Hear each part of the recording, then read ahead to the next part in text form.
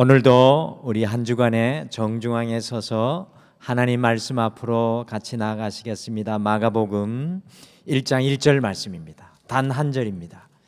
우리 신약 성경 두 번째 성경 마가복음 1장 1절 말씀 우리 한 목소리로 다 같이 읽으시겠습니다. 마가복음 1장 1절 말씀 우리 한 목소리로 다 같이 함께 읽겠습니다. 시작. 하나님의 아들 예수 그리스도의 복음의 시작이라. 아멘. 하나님의 아들 예수 그리스도의 복음의 시작이라. 우리 등마루는 2021년 특별히 올 한 해 처치 캘린더, 이 교회력을 따라서 우리의 삶의 보조를 이제 하나님이 주시는 그 은혜의 시즌에 맞추어서 우리 살아가려고 노력을 했습니다. 그러므로 지금 대강절 두 번째 주일을 이제 보내고 계신데요. 이 대강절 4주를 그냥 아무런 의미 없이 우리가 보내다가 크리스마스를 맞이하는 것은 우리에게 영적으로 너무나 큰 손실이다라고 생각합니다. 우리가 주식을 투자할 때, 부동산을 투자할 때, 어떤 일을 할 때 우리가 세상 것을 얻기 위해서는 때와 타이밍이 굉장히 중요하다고 하는데요. 우리의 영적인 삶 속에서도 이 때와 타이밍을 놓치면 영적인 손실이 참 큽니다. 그래서 이 대강절과 연결되는 영적인 일을 우리 동마루가 함께 이 4주 동안 계획하고 진행하고 있습니다. 오늘 세상의 모든 것이 헛되고 헛될지라도 이 사도 바울이 고백하였던 것 같이 그리스도를 아는 지식, 우리 주 예수 그리스도를 아는 지식이 가장 아름답고 고상하며 고귀한 줄 믿습니다. 그래서 우리 등마루는 화면에 보시는 것과 같이 간절한 기다림으로라는 주제로 이 대강절에 연결되는 두 가지 영적인 일을 우리가 이 대강절에 진행을 하고 있습니다. 첫째는 앞에 보시면 이 사복음서, 이 수요 성경 아카데미를 진행을 하면서 이 대강절 기간에 우리가 예수님의 생애, 이 대강절 기간에 예수님의 생애에 다시 우리가 연결되기를 원하고요. 둘째는 많은 분들이 하고 계신데 아직 못하신 분들 다시 결단하면 좋겠습니다. 마태복음과 연결되는 대강절 성경 쓰기를 통하여서 예수님의 삶의 발자취를 우리의 글로, 우리의 마음과 생각과 묵상으로 우리가 따라가려고 노력을 하고 있습니다. 이 시간들에 함께 동참하신다면 이 대강절의 기간 예수 그리스도를 아는 가장 고상한 지식인 복음에 다시 연결되는 놀라운 은혜를 여러분과 제가 누리게 되실 줄 믿습니다. 우리의 신앙에 있어서 예수님과 다시 연결되는 것보다 더 중요한 일은 없습니다.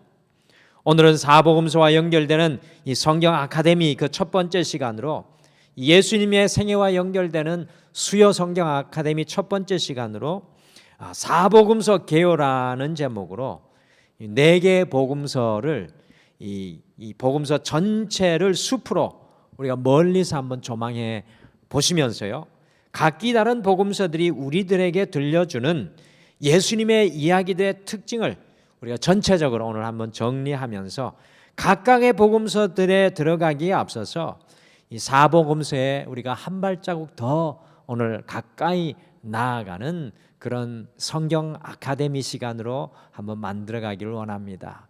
이 기존의 말씀 시간과 조금 다르긴 할 텐데요, 색다른 마음으로 오늘 이 시간에 함께 해주시면 감사하겠습니다. 첫째, 이 사복음서는 사도행전과 더불어 문학적 양식으로는 역사서입니다.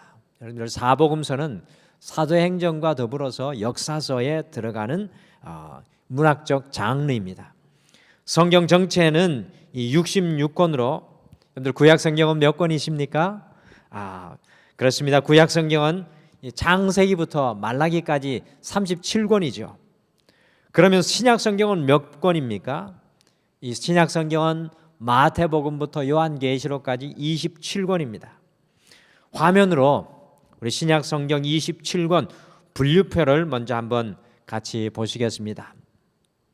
화면에 보시면 신약 성경 27권은 복음서, 또 역사서, 서신서, 예언서 이렇게 네 가지로 분류가 되죠. 복음서는 여러분들이 잘 아시듯이 마태, 마가, 누가, 요한복음이고요. 이 역사서는 사도행전입니다. 그런데 원래 역사서는 이 복음서 4권과 더불어서 사도행전까지 5권으로 분류될 수가 있는데요. 복음서는 역사 속에서 예수님의 삶을 기록한 것이고, 이 사도행전은 사도들을 통해서 초대교회가 어떻게 세워지고 이 초대교회의 이 믿음, 우리 기독교가 온 세상에 어떻게 전파되었는지에 대한 이 초대교회 선교 역사를 보여줍니다. 그래서 역사서는 총 5권으로 분류가 될 수 있습니다. 이 서신서는 이 바울 서신과 일반 서신으로 분류되는데요. 바울 서신은 화면 다시 좀 보여주실까요? 로마서, 이 고린도 전후서, 갈라디아서, 에베소서, 빌립보서, 골로새서, 데살로니가 전후서, 디모데 전후서, 디도서, 빌레몬서, 히브리서 이렇게 해서 이 바울 서신은 총 14권입니다. 편지죠. 그리고 일반 서신은 바울이 쓰지 않은 다른 저자들이 쓴 야고보서, 이 베드로 전후서, 요한 1, 2, 3서 그리고 유다서까지 7권으로 되어 있고요. 되어 있는데요. 이 사람에 따라서 히브리서를 바울 서신으로 분류하는 분이 있고 바울이 쓰지 않은 일반 서신으로 분류하시는 분들이 있습니다. 그런데 대부분의 초대 교부들은 히브리서를 바울이 쓴 서신이라고 믿기 때문에 저는 바울 서신에 포함시켜 놓았습니다. 마지막으로 편지 형식과 예언의 형식이 같이 들어있는 우리 성경의 맨 마지막인 요한계시록이 신약 성경의 마지막입니다. 여러분들 이와 같이 이 대강절에 함께 살펴보실 사복음서는 신약 성경의 무려 46%를 차지하는 양으로 신약 성경의 맨 앞에 위치하여 있는데요. 그 이유는 연대기적으로 신약 성경에 맨 처음 쓰여졌기 때문이 아니라 이 사도행전에서부터 본격적으로 시작되는 이 초대교회의 역사들의 토대와 근본이 되는 복음의 역사가 기록되어 있기 때문에 이 사복음서 맨 앞에 이 신약 성경 맨 앞에 사복음서가 위치하고 있습니다. 이 사복음서는 구약 전체에서 약속해 주셨던 메시아의 신 예수님께서 우리의 역사 속에 찾아오셔서 새로운 창조의 역사를 이루셨던 이 사람이 지어낸 신화가 아니라 이 시대의 역사 속에서 이루어지고 나타났던 하나님의 일하심의 사건이었습니다. 여러분들 이 대강절에는 우리는 예수님을 통해 역사 속에 이루신 하나님의 역사인 사복음서에 연결되어야 합니다. 여러분 이 대강절에 제일 중요한 영적인 일 중에 하나는 사복음서에 우리의 눈과 우리의 마음과 우리의 삶을 다시 비추어 보아야 합니다. 여러분들 사복음서는 기억하십시오. 사도행전과 더불어 역사서입니다. 둘째, 사복음서는 우리에게 주어지는 복음에 관한 내용입니다. 마태, 마가, 누가, 요한은 우리에게 주어지는 복음에 관한 내용입니다. 오늘 함께 읽으신 마가복음 1장 1절을 우리 다시 한번 읽어보실까요? 1장 1절 같이 읽겠습니다. 시작. 하나님의 아들 예수 그리스도의 복음의 시작이라. 아멘. 마가복음 1장 1절은 이 사복음서가 우리에게 주는 복음에 관한 사복음서가 우리에게 주어지는 복음에 관한 내용인 것을 정확하게 말하며 시작을 하고 있습니다. 여러분들 복음 많이 들으시는데 과연 복음은 무엇입니까? 여러분들 복음은 과연 무엇입니까? 이 복음이라는 말의 성경 원어는요 유앙겔리온, 이 그리스 말로는 유앙겔리온입니다. 유앙겔리온이라는 말은 곧 좋은이라는 말과 앙겔론, 곧 메시지라는 말이 합쳐져서 유앙겔리온은 좋은 메시지라는 그런 뜻입니다. 이 복음은 좋은 메시지입니다. 성경 헬라어로는요. 이 복음이라는 말의 영어 단어는 가스펠이라는 말입니다. 가스펠, 여러분들 가스펠송 하는데 이게 복음송이죠.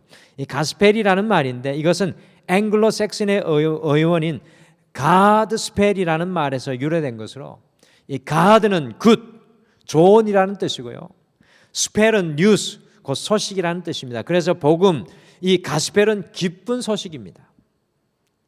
예수님 시대 전후로 고대 로마 사람들에게 유앙겔리온이라는 말, 예수님 시대에 온 세상을 점령하고 있던 나라가 로마였는데요, 이 고대 시대에 이 유앙겔리온이라는 말은 왕과 관련된 소식을 뜻하는 말이었습니다.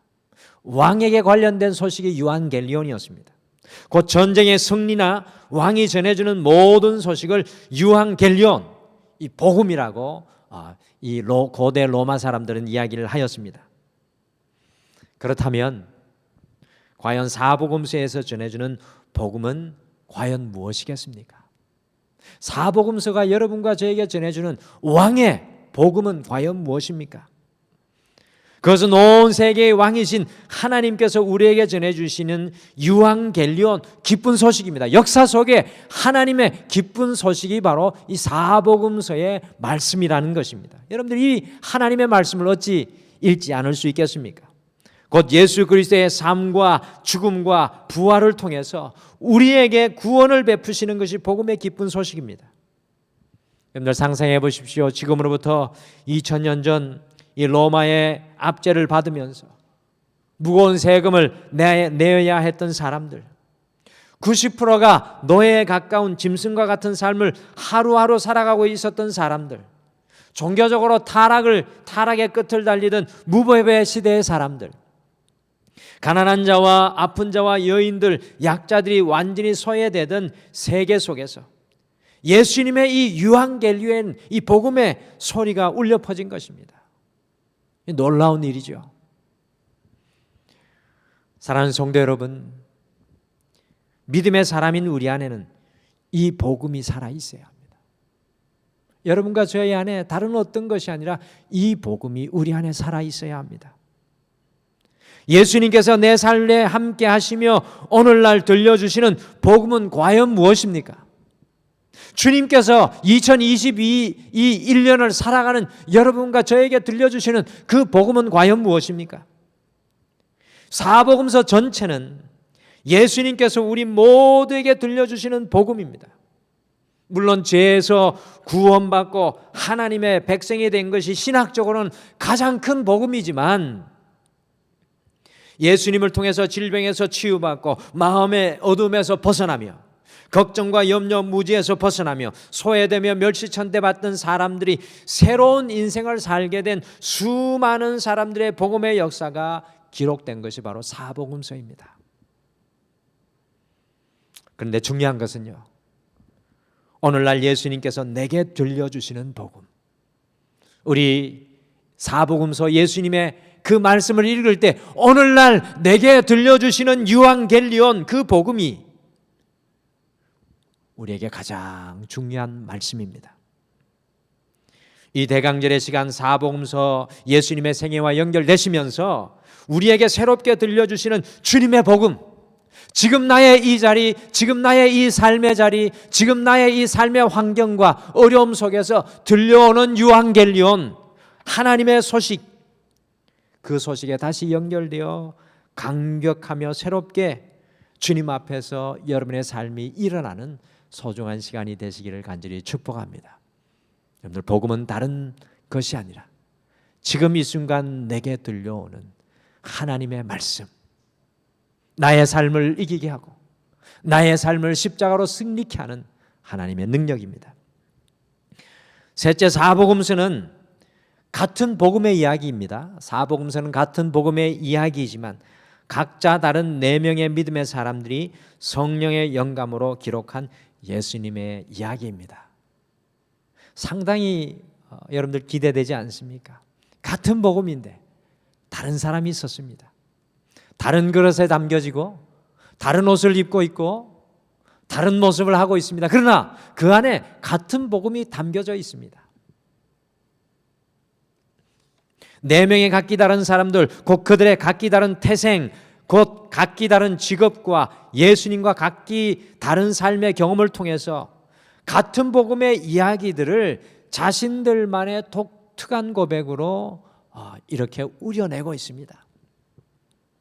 그래서 사복음서는 마태복음, 마가복음, 누가복음, 요한복음 이 하나로 존재해서는, 각각의 복음서로는 존재해서는 안 되고요, 모두 다 하나로 존재할 때 이 7색깔 무지개가 완전한 색깔을 이루듯이 완전한 복음으로 드러나게 되고요, 특별히 각각의 복음서를 읽을 때 우리의 삶의 자리와 마음에 따라서 하나님께서 각자에게 깨닫게 해주시는 은혜가 모두 다르게 적용됩니다. 만약에 어떤 분은 2021년 마태복음을 읽을 때 하나님께서 그 마태복음을 통해 들려오는 음성을 주시는 분이 있을 겁니다. 어떤 분은 마가복음을 읽을 때 마가복음이 이 우레와 같은 복음의 기쁜 유한겔리온으로 들려지는 분이 계실 거고, 누가복음, 요한복음을 읽을 때 각자에게 들려오는 하나님의 놀라운 생명의 말씀이 있을 거라는 말씀입니다. 그래서 사복음서는 모든 인종과 모든 사람들과 우리의 삶의 모든 환경을 모두 다 품는 놀라운 한 복음의 말씀이 되는 것입니다. 이 사복음서가 그래서 이 신약 성경에 위치하게 된 이유입니다.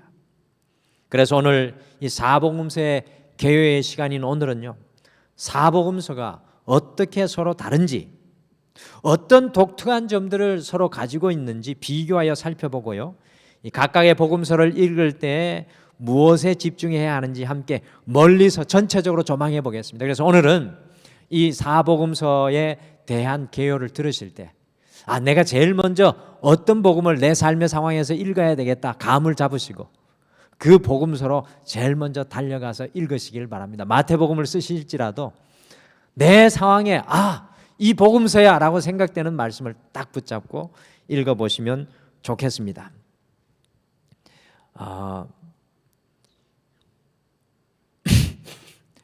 오늘은 신약 성경에 이 제일 맨 앞에 기록된 복음서인 이 마태복음부터 같이 보겠는데요, 우리가 다음 시간부터 한 복음서 한 복음서 이렇게 구체적으로 보겠습니다. 오늘은 마태복음을 좀 멀리서 보겠습니다.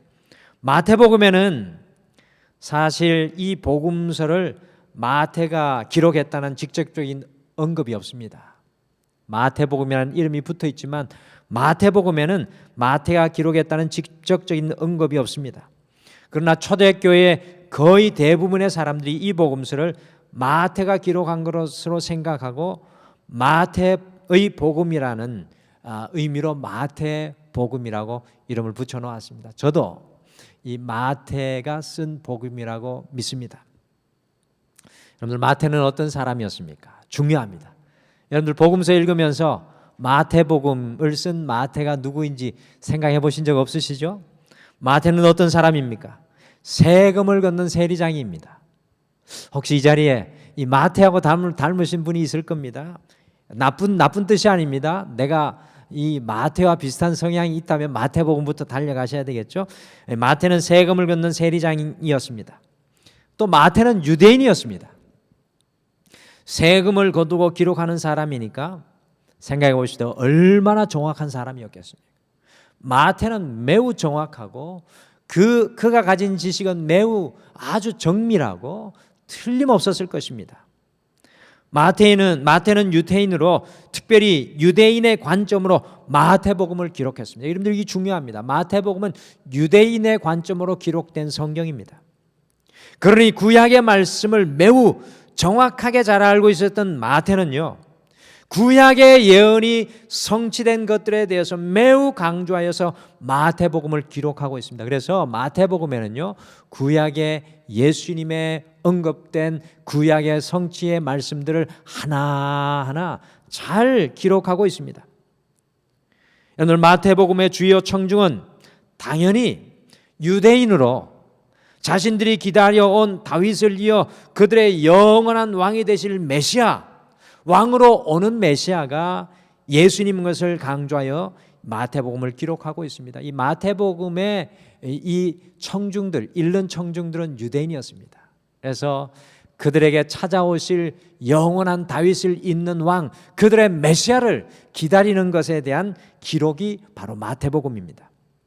여러분들, 세리였던 마태는요, 예수님의 산상수훈이나 비유 등 수많은 설교와 교훈들을 하나도 놓치지 않고요. 여러분, 이게 중요합니다. 이 정확한 마태, 지식과 이 여러 가지 정보에 능통했던 마태는 예수님의 산상수훈이나 비유 등 수많은 설교와 교훈들을 놓치지 않고 그의 마음속에 예수님의 그 가르침을 꼭꼭 담아 채웠다가 매우 꼼꼼하게 그 가르침과 설교와 교훈들을 마태복음에 그대로 기록해 놓고 있습니다. 왜 세리 마태를 제자 중 한 사람으로 부르셨는지 다시금 깨닫게 되는 장면입니다. 예수님의 가르침에 대해서 마태보다 더 잘 기록해 놓은 복음서는 없습니다. 마태는 일평생 정확히 무엇이든지 기록하는 세리였습니다. 그가 예수님의 말씀과 가르침을 얼마나 열심히 들었으며 그것을 성령의 감동으로 소화를 해서 우리에게 마태복음으로 담아서 그대로 전해주고 있습니다. 예수님의 설교와 깊은 가르침과 교훈에 더 가까이 나아가기 위해서는 이 마태가 전해주는 마태복음에 더욱 가까이 연결되시길 바랍니다. 그리고 마태복음을 읽으면서 주님, 저도 마태와 같이 주님의 말씀이 내 마음속에 담기게 하시고 그 말씀이 나의 말이 되게 하시고 그 말씀이 나의 교훈이 되게 하시고 그 말씀이 나의 삶이 되게 하십시오라고 고백하셨으면 좋겠습니다. 그래서 마태처럼 우리도 이 대강절 주님의 말씀이 우리의 마음속에서 새롭게 꽃을 피우며 싹이 나며 열매가 맺히기를 소망합니다. 여러분들, 마태복음에 기억나는 거 있죠? 마태복음 5장 6장 뭐가 기억나십니까? 산상수훈. 주님의 말씀, 생명과 같은 말씀을 마태가 소화해서 복음서에 복음서 속에, 마태복음서 속에 담아두었습니다. 화면으로 보시면 마태복음은 이렇게 정리할 수 있습니다. 마태복음은 유대인인 세리 마태가 기록한 복음으로 유대인의 왕으로 오시는 메시아 예수 그리스도를 묘사해 주고 있으며, 이 주제는 베드로가 고백한 마태복음 16장 16절에서 19절인 주는 그리스도시요 살아계신 하나님의 아들이시니다이며, 이 마태복음의 청중은 유대인이고요, 구약의 예언이 성취된 것을 강조하고 있고, 특별히 5가지 예수님의 강화와 가르침을 이 다 구조 속에 넣어놓은 이 마태복음의 그 말씀이 되겠습니다.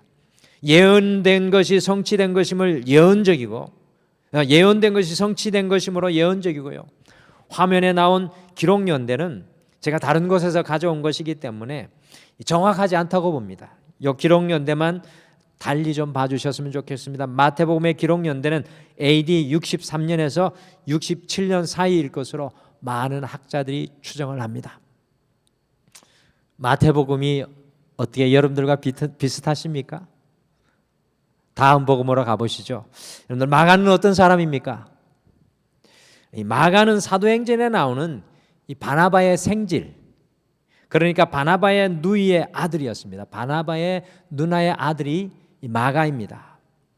마가 요한, 마가라고 하기도 하고 또 마가 요한이라고도 하기도 하는데요, 이 마가 요한은 베드로가 낳은 믿음의 아들이었습니다. 베드로가 낳은 믿음의 아들. 사도행전 13장에 보시면 이 마가가 자신의 삼촌 바나바와 그리고 바울과 1차 선교 여행을 떠나가는데요, 터키의 지경에 바다 건너 왔을 때 엄청난 터키의 험한 상지를 보고서는 선교 여행을 포기했던 사람이 바로 마가 요한이었습니다. 그래서 사도 바울이 이 마가를 2번째 바나바가 데리고 가자고 선교 여행에 했을 때 사도 바울이 노발대발했습니다.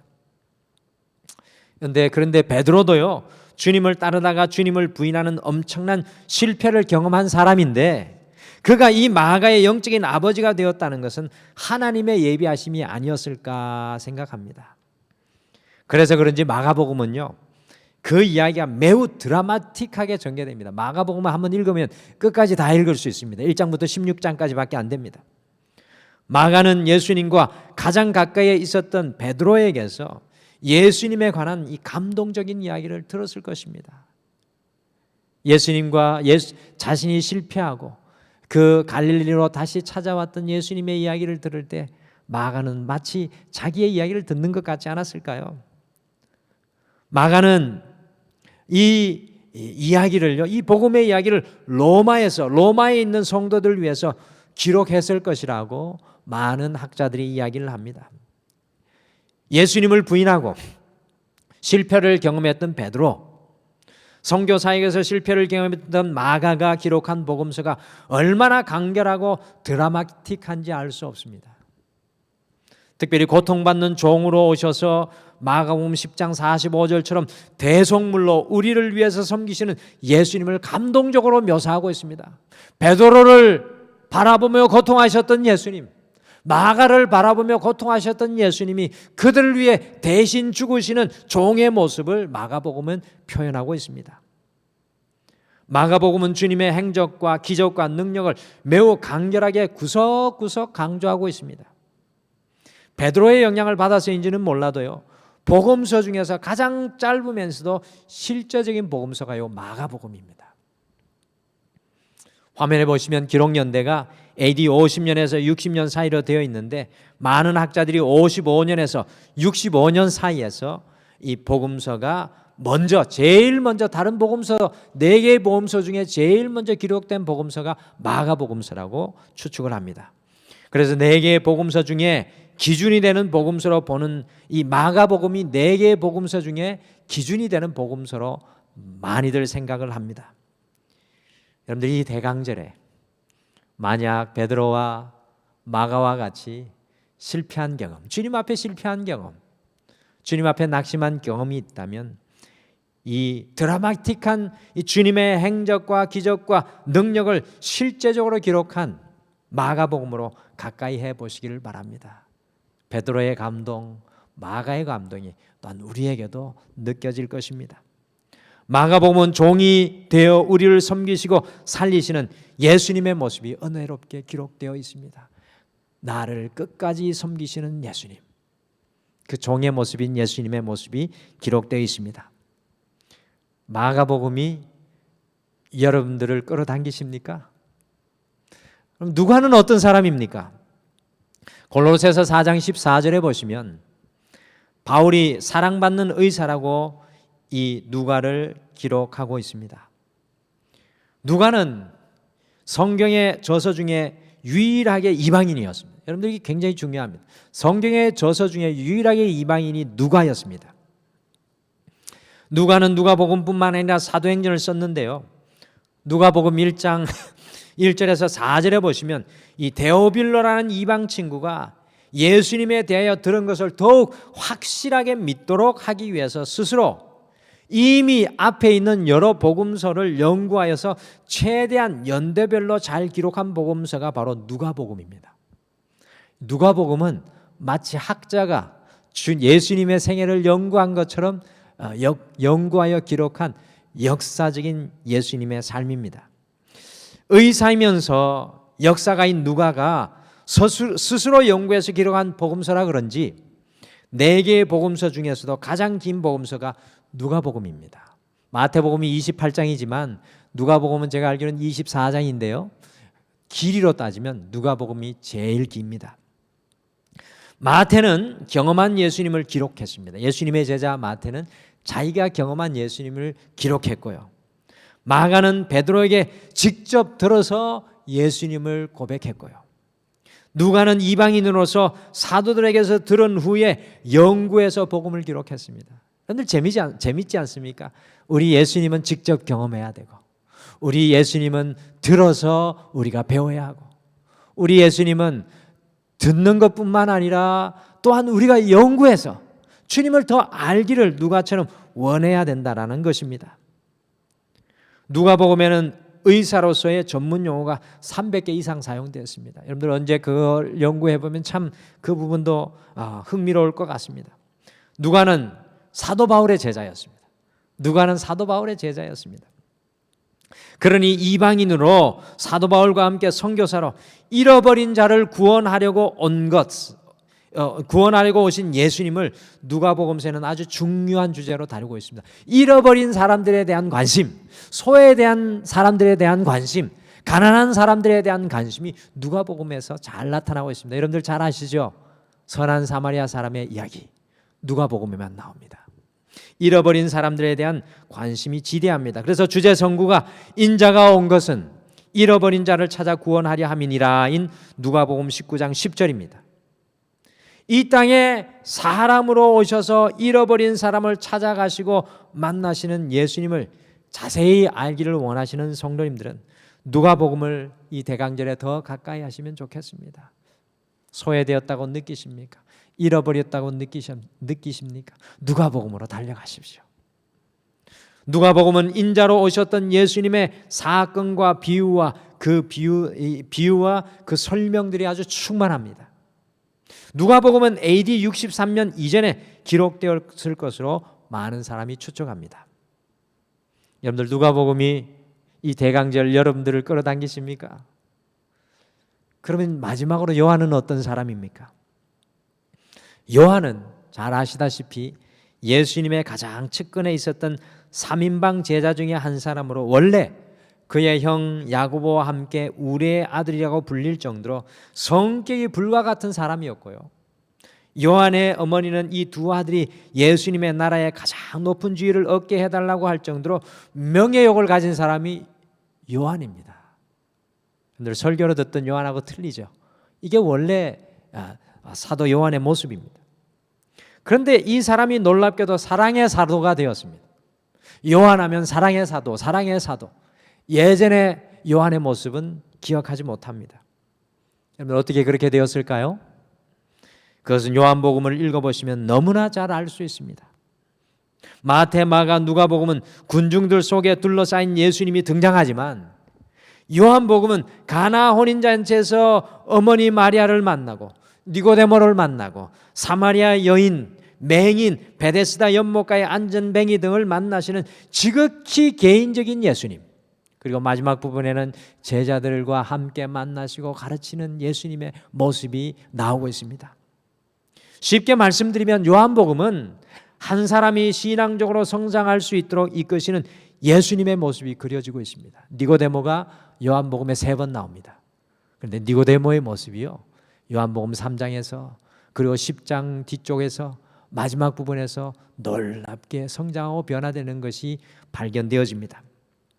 그래서 요한은 하나님의 아들로 이 땅에 오신 예수님의 신성을 강조하여 기록하고 있고요.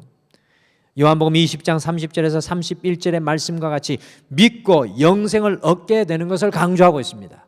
믿음으로 성숙하는 것을, 영생의 자리까지 나아가는 것을 강조하여 기록합니다. 요한복음은 마태, 마가, 누가복음과 달리 매우 신학적입니다.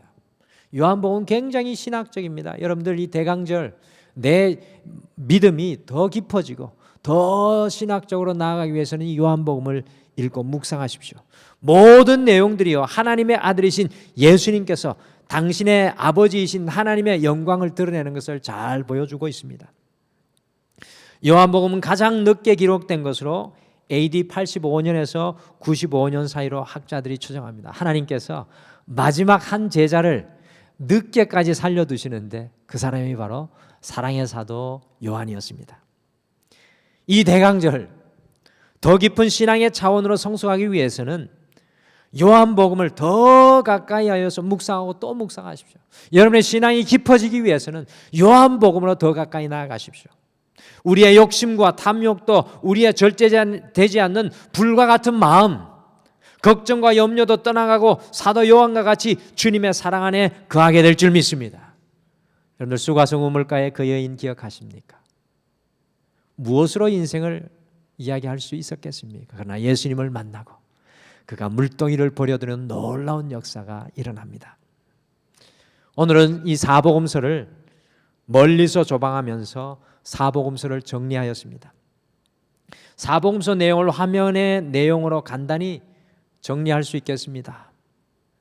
마태복음의 수신자는 유대인으로 이 땅에 왕이신 메시아로 오신 예수님을 기록하였습니다. 마가복음의 수신자는 로마인으로 우리를 위해 종으로 목숨까지 내어주시며 섬기시러 오신 예수님을 드라마틱하게 기록하고 있습니다. 누가복음의 수신자는 이방인 곧 헬라인으로 사람으로 이 땅에 오셔서 잃어버린 자를 구원하시는 잃어버린 한 드라크마를 찾고 또 찾으시는 그 예수님의 모습이 묘사됩니다. 요한복음은 모든 사람들에게 하나님의 아들이신 예수님께서 생명을 얻도록 우리를 인격적으로 성장시키는 것을 잘 보여주고 있습니다. 이 대강절, 여러분과 제가 이 대강절을 걸어가시는데요, 우리 주 예수 그리스도의 이 복음이 우리 마음속에도 새롭게 넘쳐나서 저는 소망하기는 이 사복음서를 넘어서서 여러분과 저의 제5복음서가 2021년 이 크리스마스 이 대강절에 고백되어지는 소중한 시간이 되기를 소망합니다. 여러분의 마음속에 주님 주시는 복음의 은혜가 솟아나고 담겨지고 고백되어지시기를 간절히 축복합니다. 이 복음이 우리를 사로잡을 때 우리의 삶의 자리가 어떤 자리에 있든지 간에 우리가 하나님의 자녀로 승리하게 될 줄 믿습니다. 우리 같이 이 시간 오늘 말씀, 오늘 이 사복음서 개요를 다시 돌아보면서 이런 찬양을 고백했으면 좋겠습니다. 수많은 무리들이 줄지어 그분 예수님을 보기 위해 따르지만 주님 앞에 무릎 꿇어 경배한 사람, 그 사람들은 사실은 많지 않았습니다. 베드로와 같이 실패했을지라도 주님의 품에 안겼던 사람은 많지 않습니다. 오늘 복음이 우리 눈앞에 와 있지만 그 복음이 우리 마음속으로 들어와야 그 복음이 능력이 됩니다. 오늘 이 찬양 고백하시면서 이 대강절 예수님의 이름 앞에 나의 삶도 나의 문제도 연약함도 가져옵니다. 주여, 2021년 나에게 주는 복음이 내게 충만케 하옵소서. 우리 고백하며 같이 찬양하겠습니다.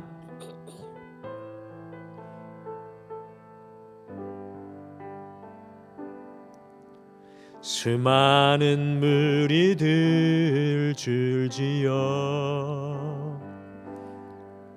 그분을 보기 위해 따르네. 평범한 목수이신 그분 앞에 모든 무릎이 꿇어 경배하네. 모든 문제들 하나하나 죽음까지도 힘을 잃고 생명의 근원 되신 예수 이름 앞에 모든 권세들 굴복하네.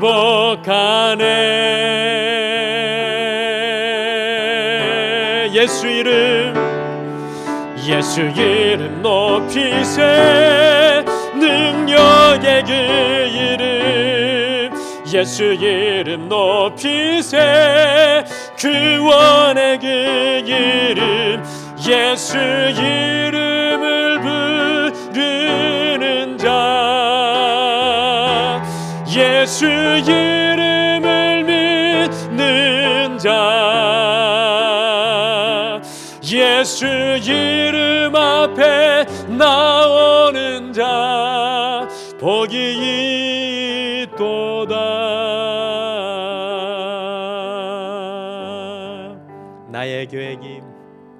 나의 계획이 실패하고 나의 소망이 끊어질 때 삶의 주관자 되신 그분 앞에 나의 무릎을 꿇어 경배하네. 나의 삶을 그분께 맡길 때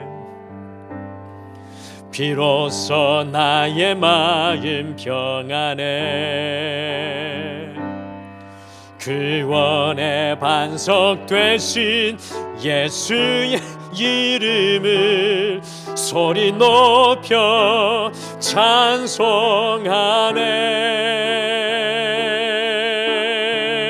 찬송하네.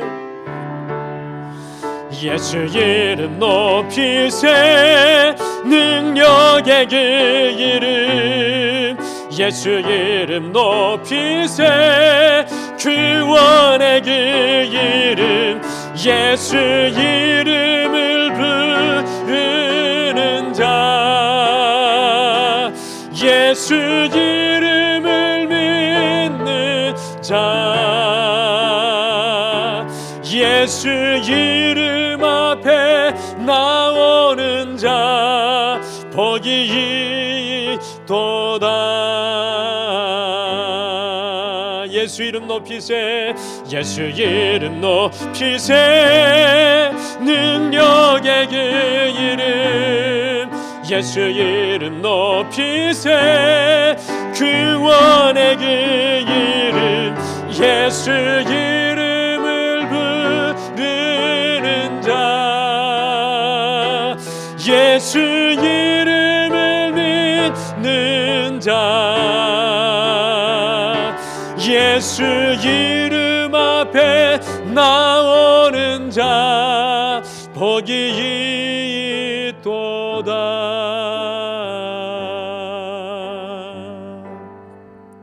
오늘 말씀 생각하시며 우리 함께 소망하며 기도했으면 좋겠습니다. 주님, 복음이 혹시 내 마음이 아니라 나의 지식에, 나의 머리에, 나의 입술에만 있지는 않습니까? 주님의 복음이 내 마음을, 이상한 마음을, 연약한 마음을, 깨어진 마음을 점령하시고 예수님께서 나의 삶의 주인 되어주시는 놀라운 역사가 일어나서 인생의 저 깊은 절망의 계곡 속에서도 주님과 다시 한 번 더 시작하게 하여 주시고 2021년 이 대강절 주님과 더 깊이 연결되어 마태가 품었던 주님의 그 가르침의 말씀, 마가가 드라마틱하게 고백했던 그 하나님의 은혜, 누가가 잃어버린 예수님을 찾는 그 모습이 요한복음이 그려낸 우리를 더 깊은 성숙으로 이끄시는 하나님의 은혜에 연결되게 하여 주시옵소서. 우리 잠깐 말씀을 생각하며 기도하겠습니다.